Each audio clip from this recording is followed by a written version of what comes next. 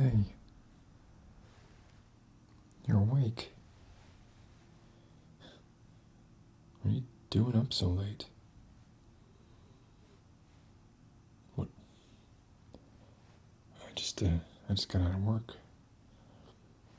I thought I'd come check in on you, make sure you were doing okay. Well, I'm glad I did because it looks like you're having trouble sleeping.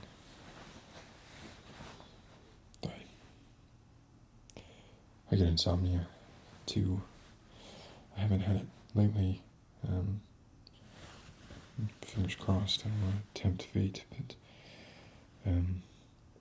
I've had it really bad in the past, so maybe I can help you get sleep. I'm not even tired, so it's no bother. Yeah?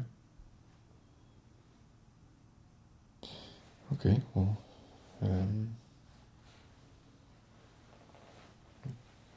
take a look around your room, see what you got.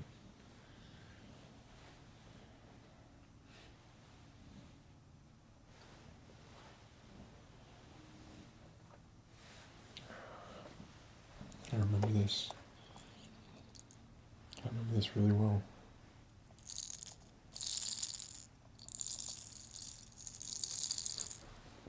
This is sort of a Buckminster Fuller sphere with a little rattle inside. It's full of very small colored beads in the enclosing, almost like a Thunderdome cage. It's flexible. And it's red, blue, green, and yellow. It's very pretty. But it makes a nice sort of austere, sparse rattle sound when you turn it.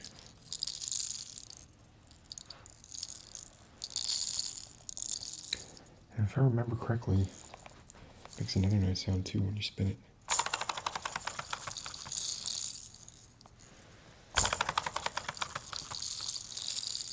I prefer the spinning sound to the rattle sound.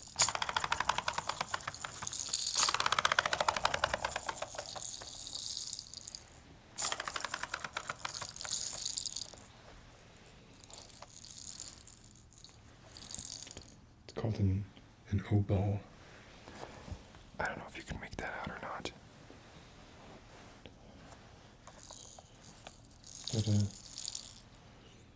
it's made in China, but it seems very well made.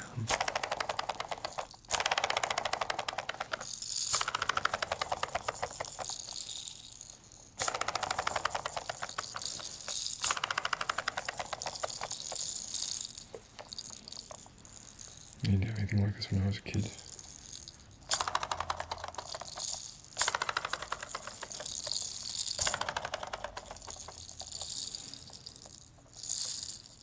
Yeah.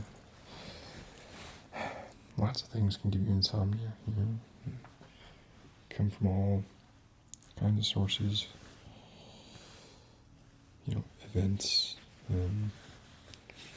anything that causes you to just kind of think in a non-productive manner, like in some kind of vicious circle, can be culpable for insomnia.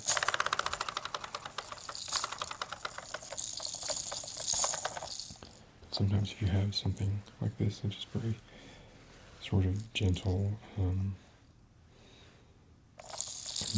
they're almost like sounds from the crib, the cradle, very appropriate. And they're comforting in that way, and they allow you to sort of remember and maybe fall into those thought patterns, or really lack of thought patterns that can be conducive to sleep.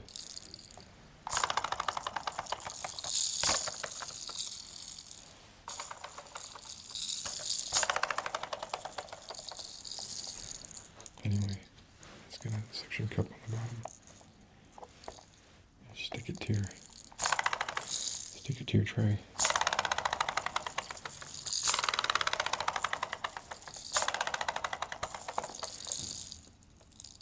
Yeah, I like that very much. Let's see what else you got.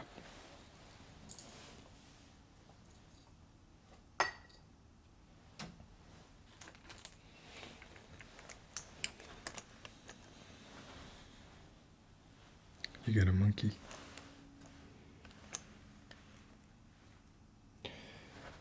This monkey was also made in China, but it's called Infantino. And yeah, it's got these kind of textural things that you could play with, but it spins.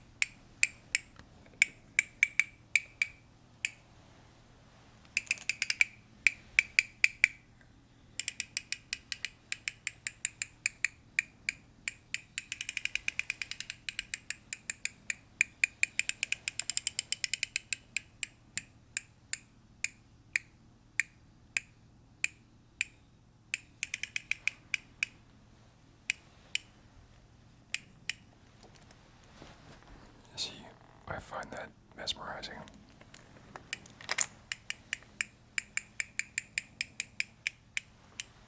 Your mileage may vary, of course.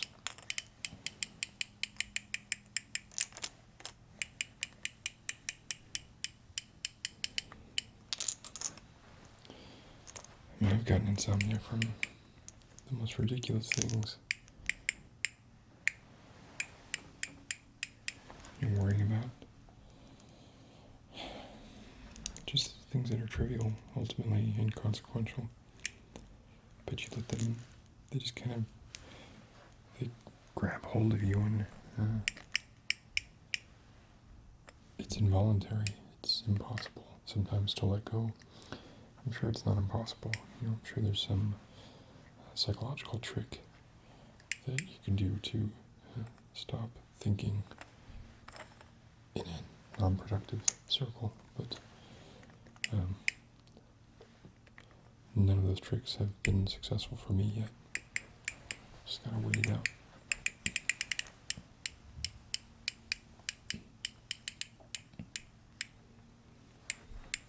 If there's something going on that you can't control,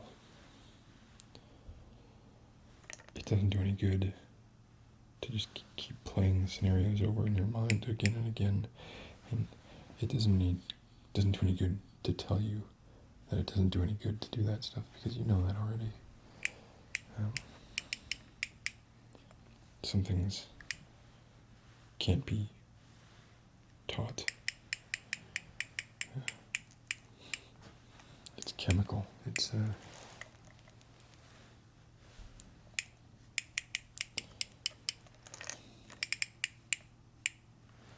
there's something wrong with us.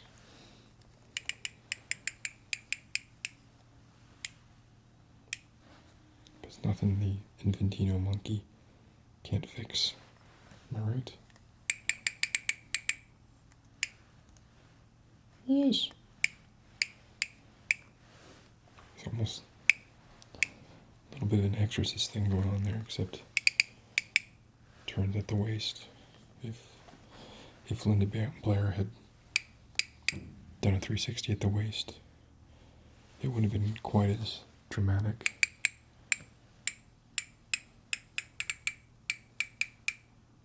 I don't know, maybe it would have been more dramatic.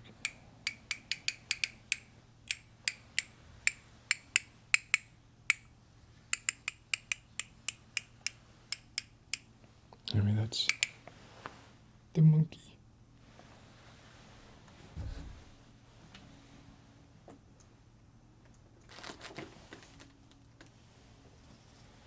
Yeah, I've always thought this toy of yours was interesting.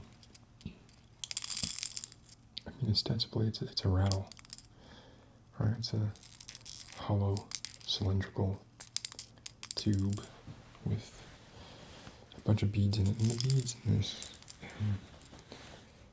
have holes in them. These beads were used, or the same beads that are used to thread bead necklaces or something. But what's interesting about this is it's got a helix in the center, a plastic red helix. And I'm not 100% sure what the principle is, if it's adhesion or if it's actually static electricity. But the beads are very stubborn. They don't just kind of fall up and down, even though there's nothing in this tube apart from a piece of plastic shaped like a spiral staircase. But you can see some of the beads are very stubborn. They just kind of cling. And again, I'm not sure if that's because of adhesion or static electricity or some other principle that I've long since forgotten. But it's interesting.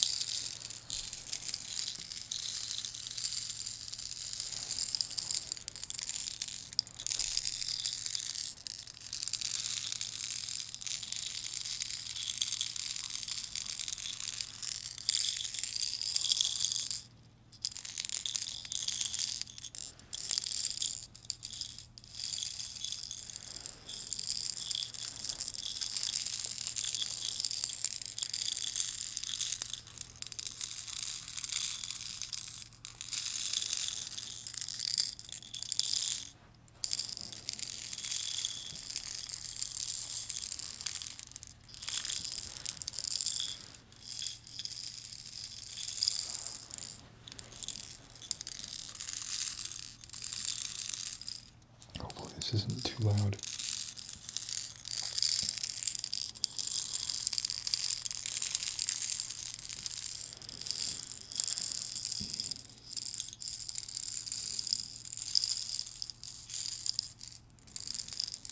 I'm trying to turn it really slow, but there's chaos in there.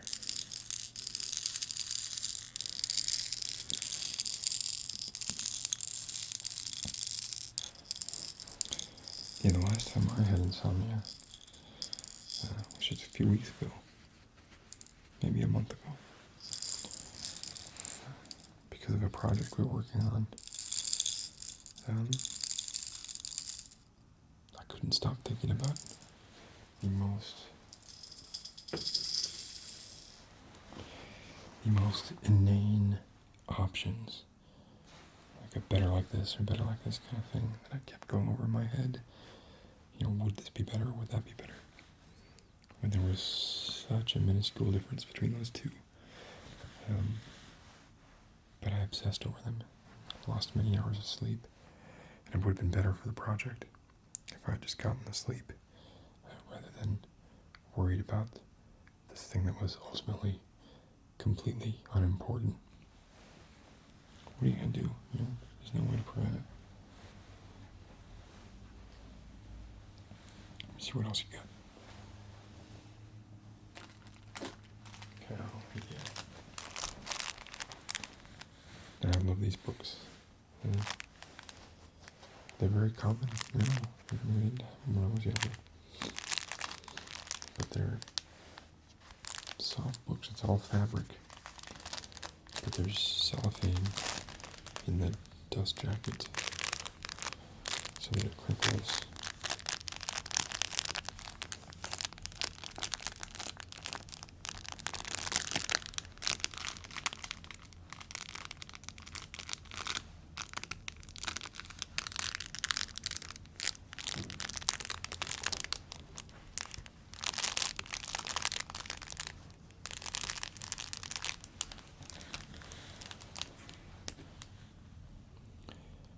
kitty cat asks, "May I have a shape to play with, please?" "Blocks are squares," says Mouse, "like these."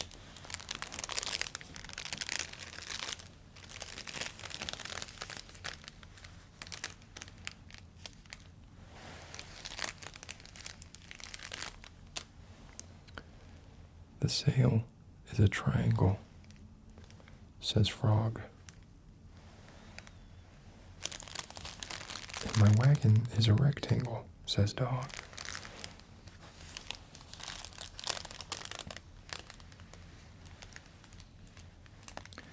"Wait," says Kitty Cat, "I've found the best shape of all." And it's got 4 shapes there.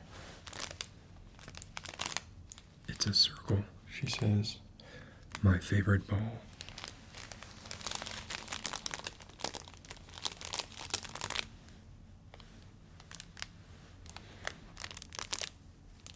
It's not gonna win. It's not gonna win an award, but it's a little short. The plot's fairly predictable.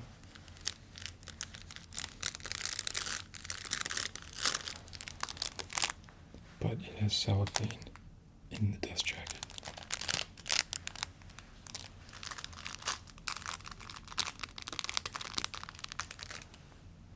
So it wins.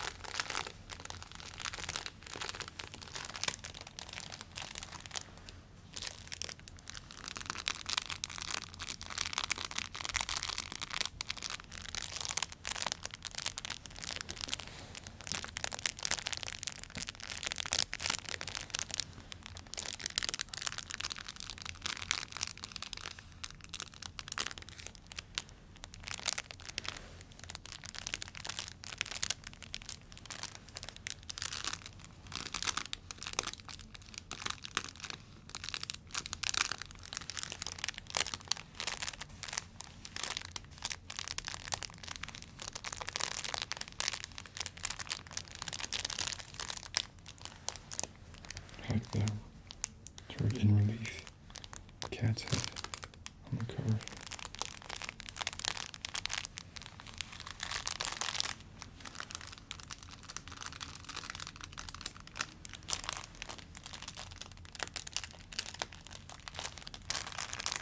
Okay, let's move on.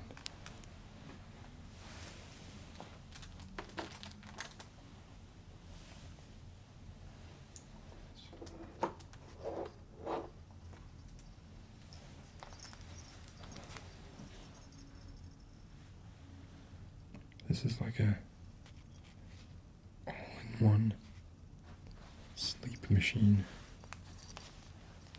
because it's got a crinkly front left leg, a sort of textured piece of plastic hanging off the rear right leg.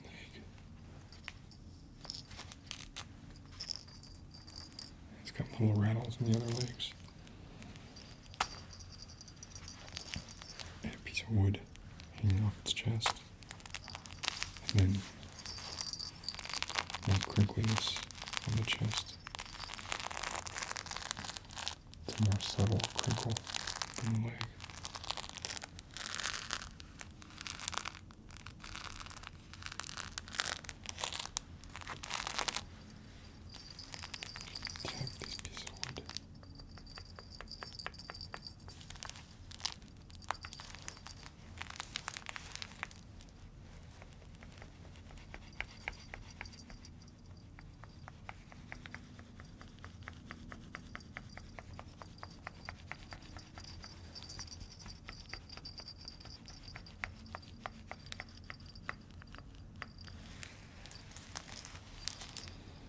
Not a big fan of the rattle, but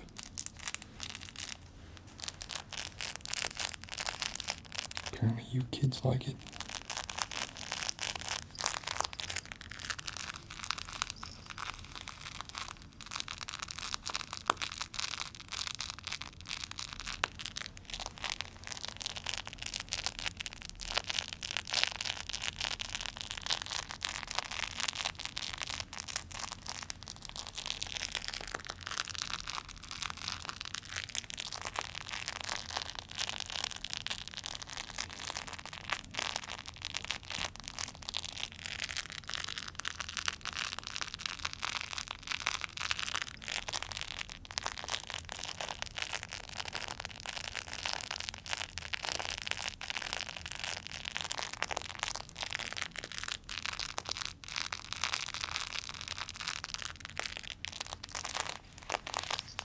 Alright, say goodbye. Bye.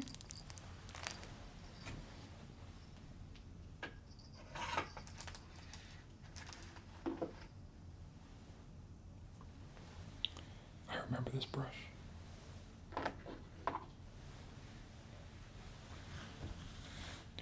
We got this brush, your mom and I, when you were born.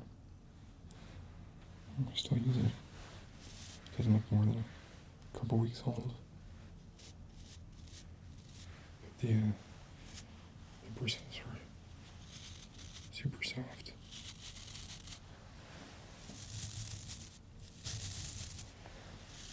So if I brush your hair a little bit, it'll help you relax some.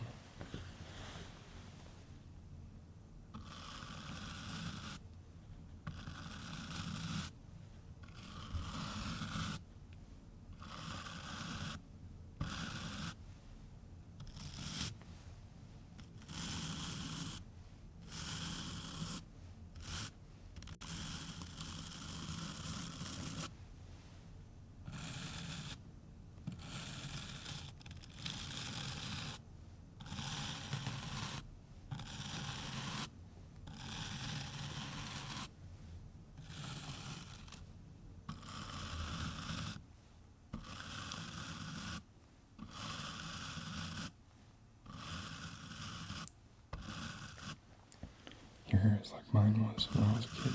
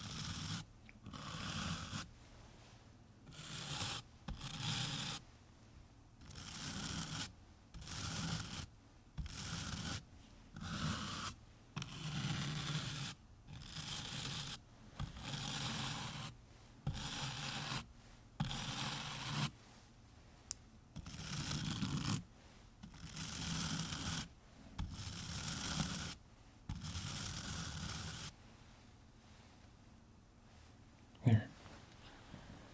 You look perfect. One last little piece of hair.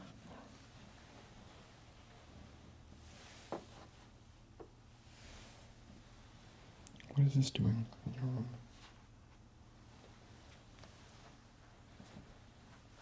Did your mom leave this?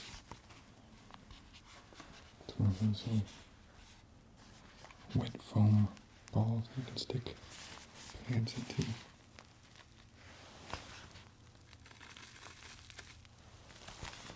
I like the way these feel. They sound pretty neat too.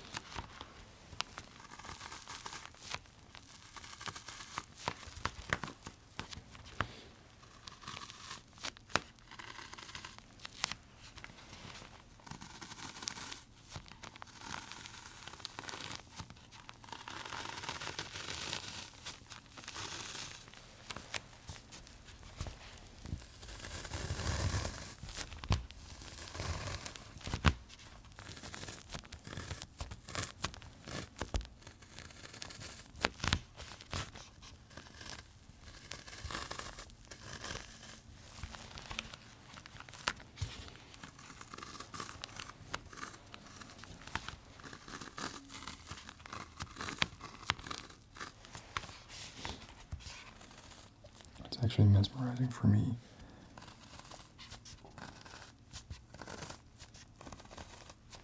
You can see the little fingerprints I'm putting all over. It's kind of like the Death Star.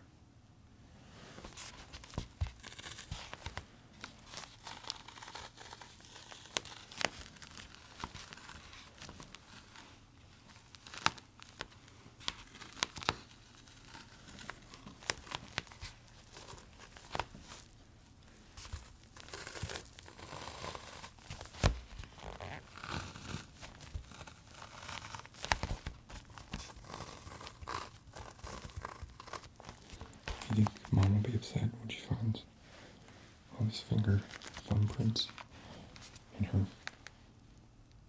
wet foam. That's exactly what it's called, wet foam. Oh, I don't care.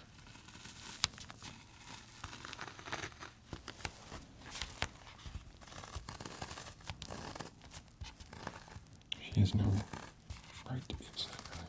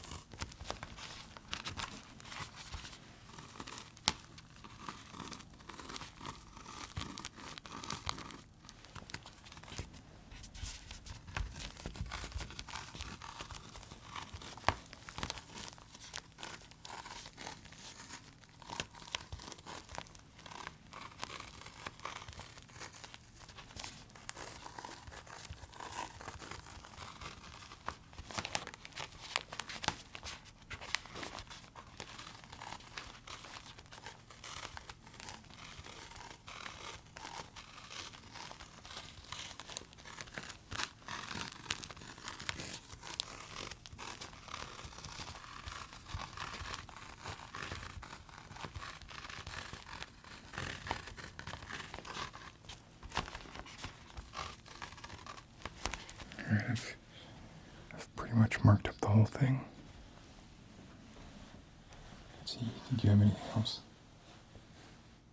There's not much else lying around.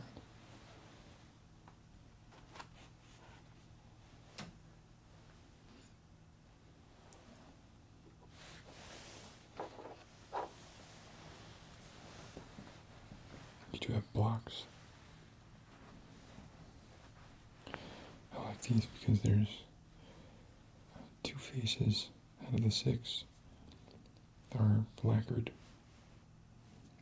and the other 4 sides are unfinished. So, were you to want to tap these blocks together, you could get 3 variations of sound. You could get the unfinished on unfinished. You could get the finished on unfinished.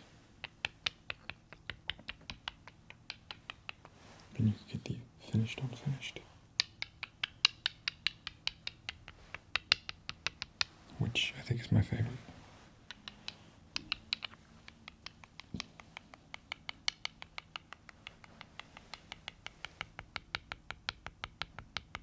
Which one's your favorite? I don't care.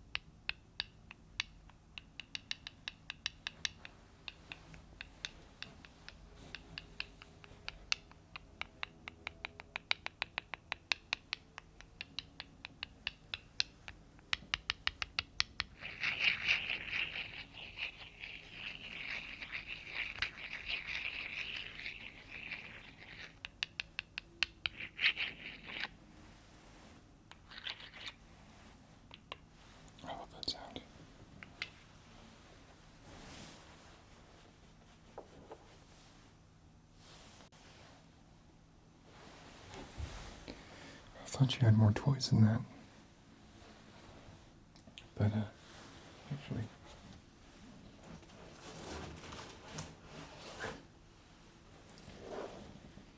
I brought you something.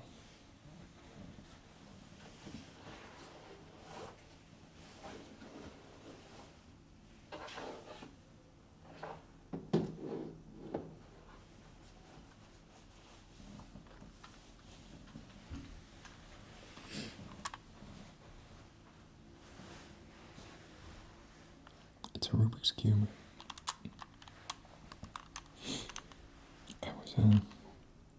I just left dinner with some friends, and I went to the local Five Below, and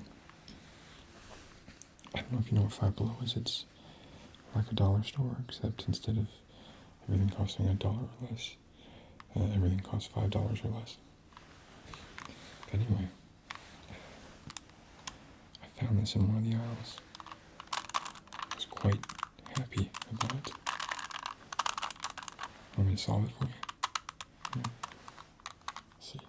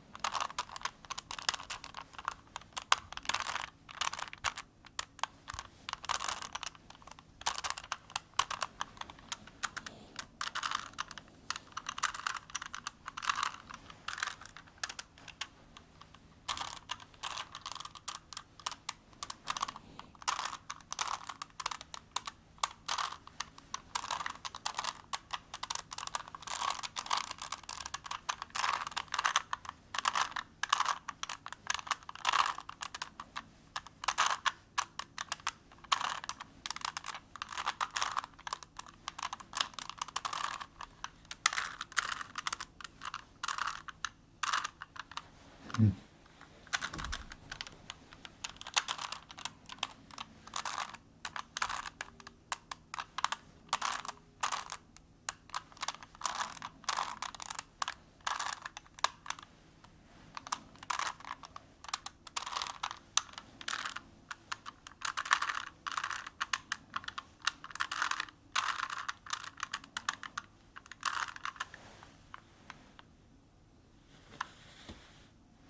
Maybe that lady was right. Oh, the lady in the Five Below. So, I saw this in the aisle, and I was shocked because these things don't cost $4.99, or even $8.99. These things are like between $10 and $20. So when I saw it, I was like, oh, that's great. I'll get one for my kid. And the only thing that was a little bit weird about it was it was sealed in its box, but it was not solved. Most Rubik's Cubes, obviously, when you buy them, you buy them solved, and you mess them up, and you never get them back to where they were. But this one was not solved, so it was $4.99. So I asked. There was a lady stocking in that same aisle, and I asked her, I said, what's up with these Rubik's Cubes? Why are they so cheap? And she said that they were part of a run that was done several years ago when they thought it would be a good idea to make Rubik's Cubes that were unsolvable. Does that sound like crazy talk to me, right? Why? Do you have any idea why? Not that, why would she know, really? But she was the closest thing to an expert on Rubik's Cubes. She was the closest thing in that aisle to an expert on Rubik's Cubes. So, closer than me. So I said, well, why would they do that? And she said, well, tell me something. What do you do once you solve a Rubik's Cube? It's over. Right? Most people, once they solve it, they don't pick it up again. Either they don't want to mess it up again, or they feel like, well, they've completed that challenge. So there's very finite game time in a Rubik's Cube. So she said, they thought, well, the company thought they make one that's unsolvable, right? And you got something right there. Sorry. Got it. Make one that's unsolvable, and you can play it forever. It's like the everlasting gobstopper, right? Play it forever, it will never be solved. I didn't believe her, but I'm thinking this might be an unsolvable Rubik's Cube. Wonders will never cease. You get a bunch of marketing executives in a meeting room. They'll come up with something as ridiculous as an unsolvable Rubik's Cube. 3 days out of the week.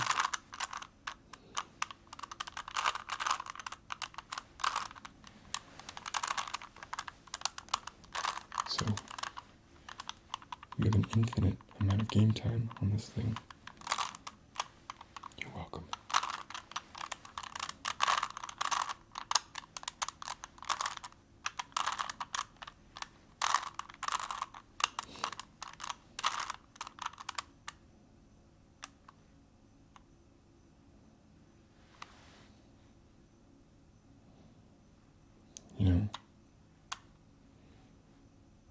There's another puzzle that's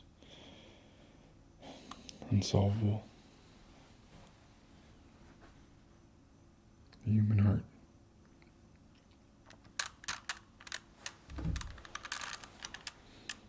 I wish there was a strategy for solving that.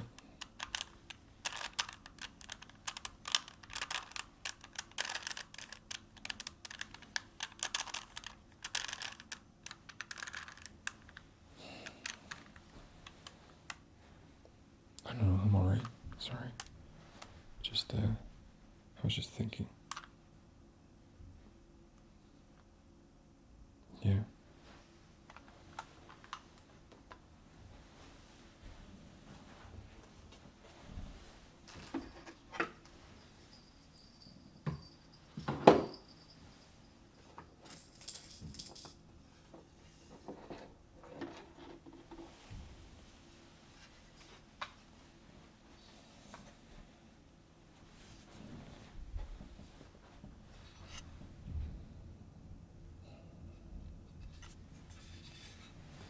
It's a nice wood frame.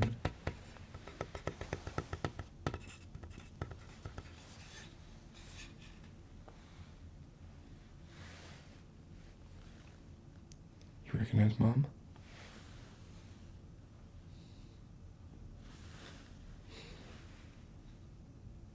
I certainly do. But I didn't recognize this person. You have any idea who it is?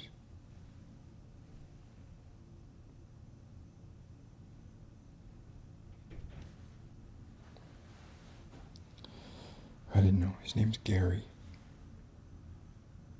Gary. That's Gary. In front of the Washington Monument. She looks so happy.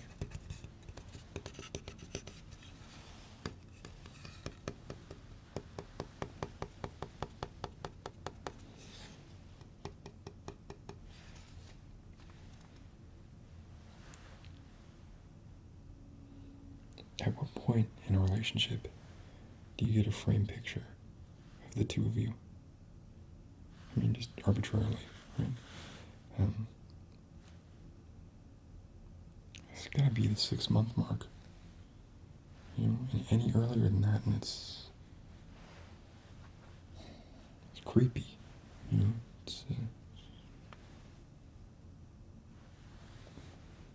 This is creepy. I got it off Gary's bedside table.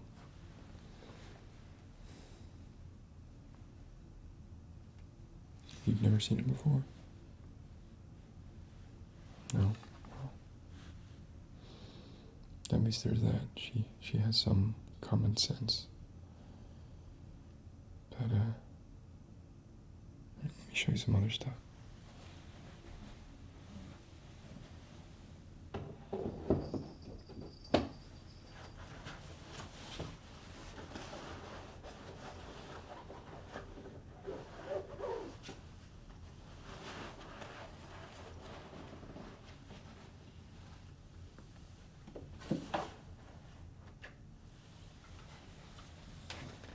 So I kind of fibbed about being at work late tonight.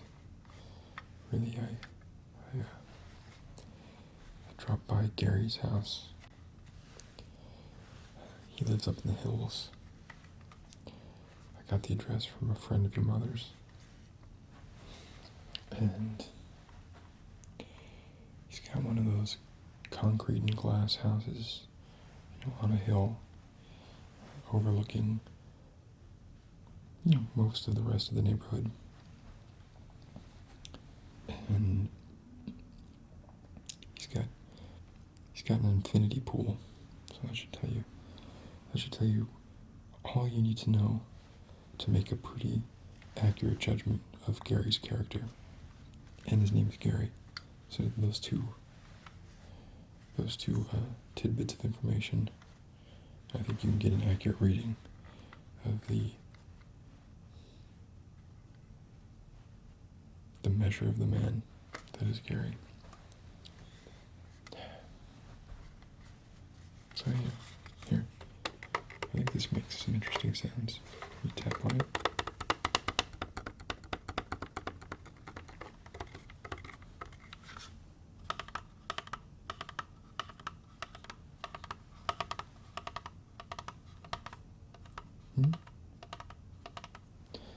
It's a smoke detector, but more importantly,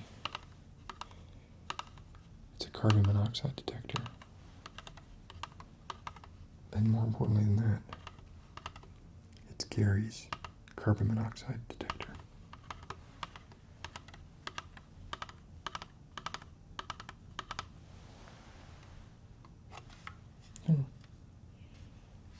Anyway, took it as a trophy, I guess.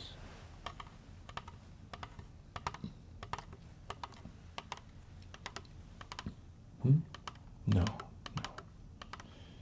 Well, yes, I did. I did do something, I guess. Well, so Gary has a lot of money.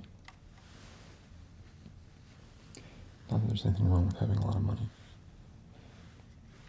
But if your name is Gary, and you have a lot of money, and you have an infinity swimming pool, and you're sleeping with my wife, then there's a problem.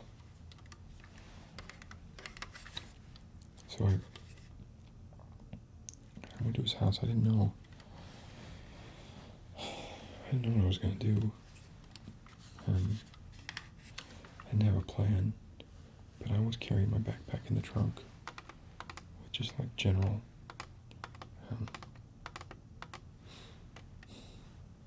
I want to say all-purpose tools, You never know when you're going to break down or go to Gary's house or... So, he has a two-door garage with a keypad right outside one of the doors, the one closer to the main house. And just on a lark, I typed in 1234, hit the pound key on the keypad, and the garage door's open.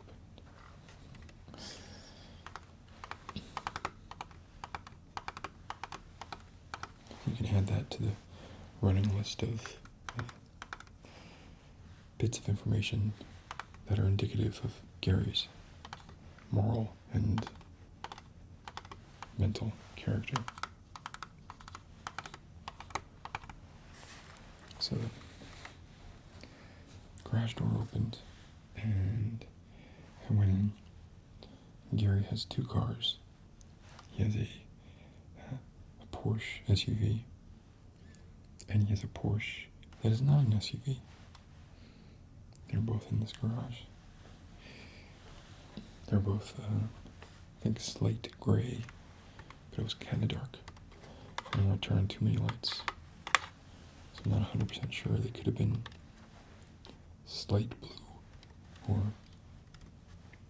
slate green, but they were slate something.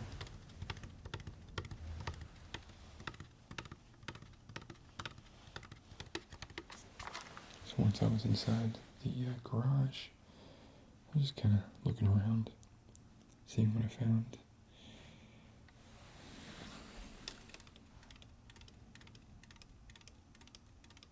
And what I found was a really long garden hose. Really long. And nice. It was like it was red, it wasn't green, it was like thick, heavy duty garden hose. One of those ones that doesn't tangle, you know? So I took that, and he had a bunch of gallon jugs of antifreeze or de-icer, or maybe it was windshield washer fluid that doesn't freeze. It was something like that. So I took one of those too, and I cut the bottom off one. I poured the stuff out, just right on the concrete floor there, and cut the bottom off one of the jugs. I took that with me too, and then I 1, 2, 3, 4 pound, closed the garage, and I walked around the perimeter of Gary's house. That's when I saw he had an infinity pool. That's when I saw the window to his bedroom. And that's when I saw he had one of those permanent generators, oil fuel generators, that he had off just to one side of the pool. It wasn't on, but it was there.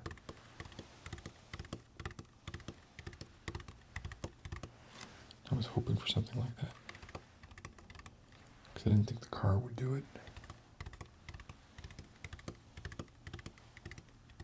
So I had brought with me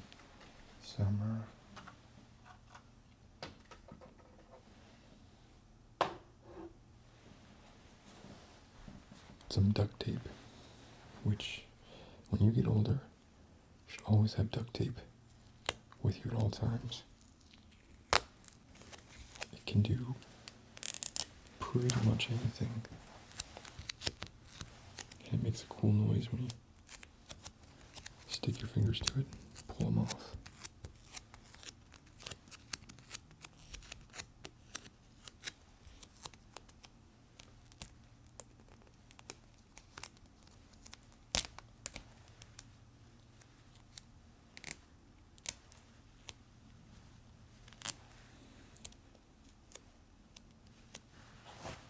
So I took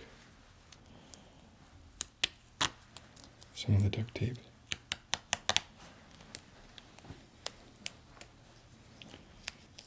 and I hadn't found his bedroom window yet, actually. I kept going, and then I came upon his bedroom window.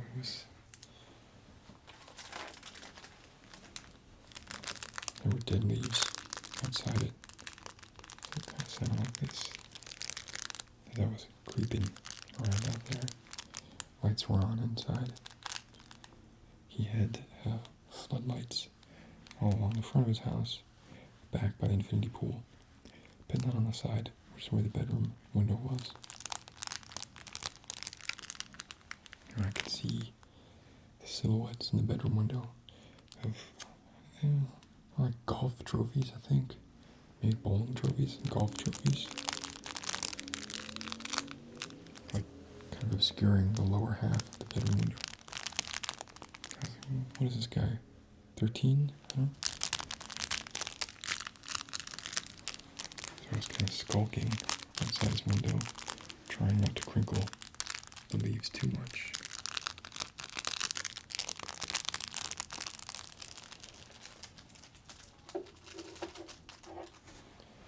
And then I decided, well, I'll go back to the generator. See, the generator was like to one side of the swimming pool, and then there was like a patio, and it curved around the. You know what? Let me just.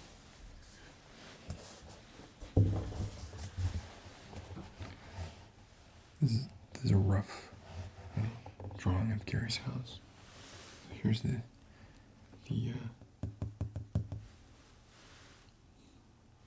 kind gentleman's infinity pool. And there was like like one of those bars to the side of the pool. That's where the generator was. And the patio kind of wrapped around like this. And here was his bedroom, the window to his bedroom, and the hedges and the trees that dropped the leaves that I was crunching on when I was outside the window. Over here you can see this garage has two boring, if expensive cars. So I was here, and I could see as I walked around this side, these were mostly kind of sliding glass doors, so you could see in. I could see the couches and the dining room table, and I guess this sort of long hallway that some other bedrooms shot off of. But I'm kind of guessing for a fair amount of this because all I really saw was the inside of his bedroom, and then what I saw through the windows. But anyway, I was here stepping on leaves, making a racket, trying not to be heard because both cars were there, so I knew he was home. But he wasn't in his bedroom. So I took a glass cutter and I went in the row of panes of the window to his bedroom that was kind of obscured by golf trophies, and I cut one of those panes out, and I reached in and unlocked the window, raised it, and crawled in without, knocking over the trophies, of course.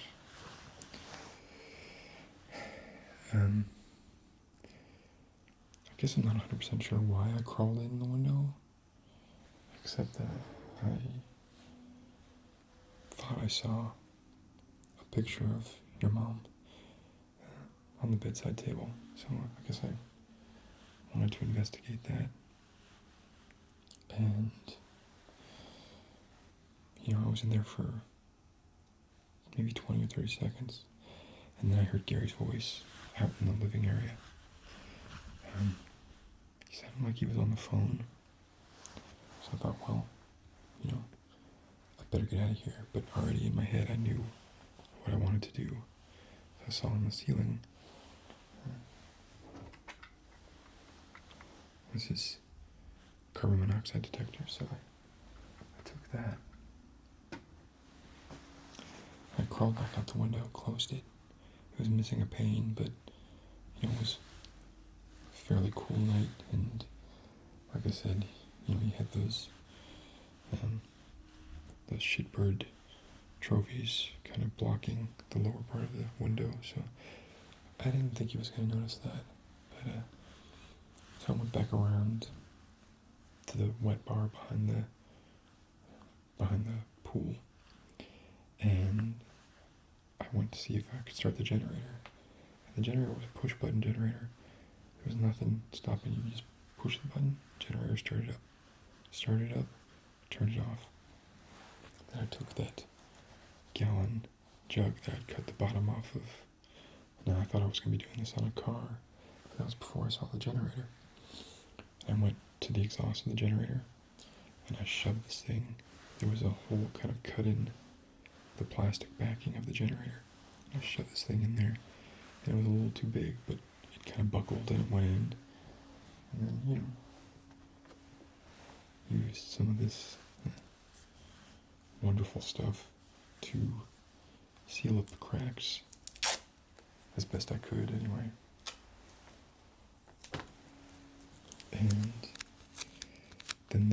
length of the gallon jug. I attached one end of the garden hose to that, and again, took a bunch of duct tape and sealed that up as tight as I could. And then, I'm telling you, this is like a 30-foot garden hose, maybe 50-foot garden hose. I think it was 50 foot. I took the other end of the garden hose and I just kind of fed it in through the panel of glass that I had removed. This bedroom right window. Then I went back to the generator. I pressed the button and I left. And I came straight here.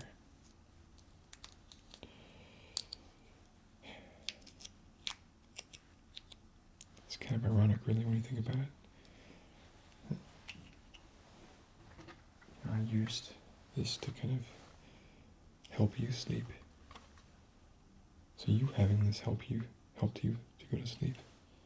And Gary not having this is going to help him go to sleep.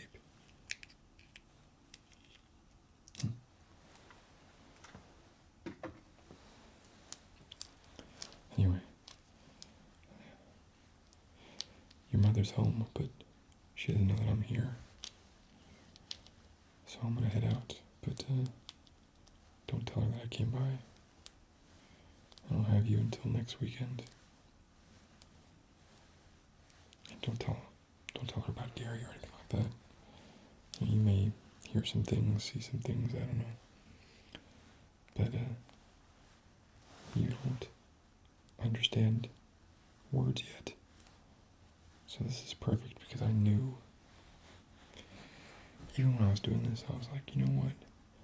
If I can't get this off my chest to somebody, I'm gonna have insomnia for weeks.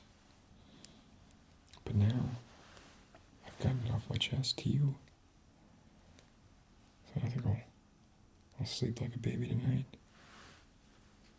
I won't sleep as well as Gary, but I will sleep like a baby.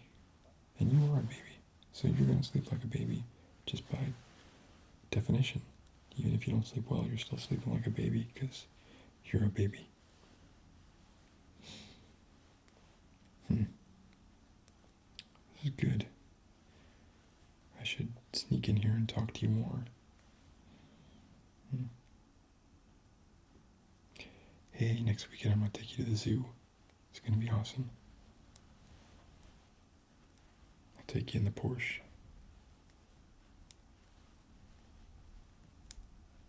And you'd like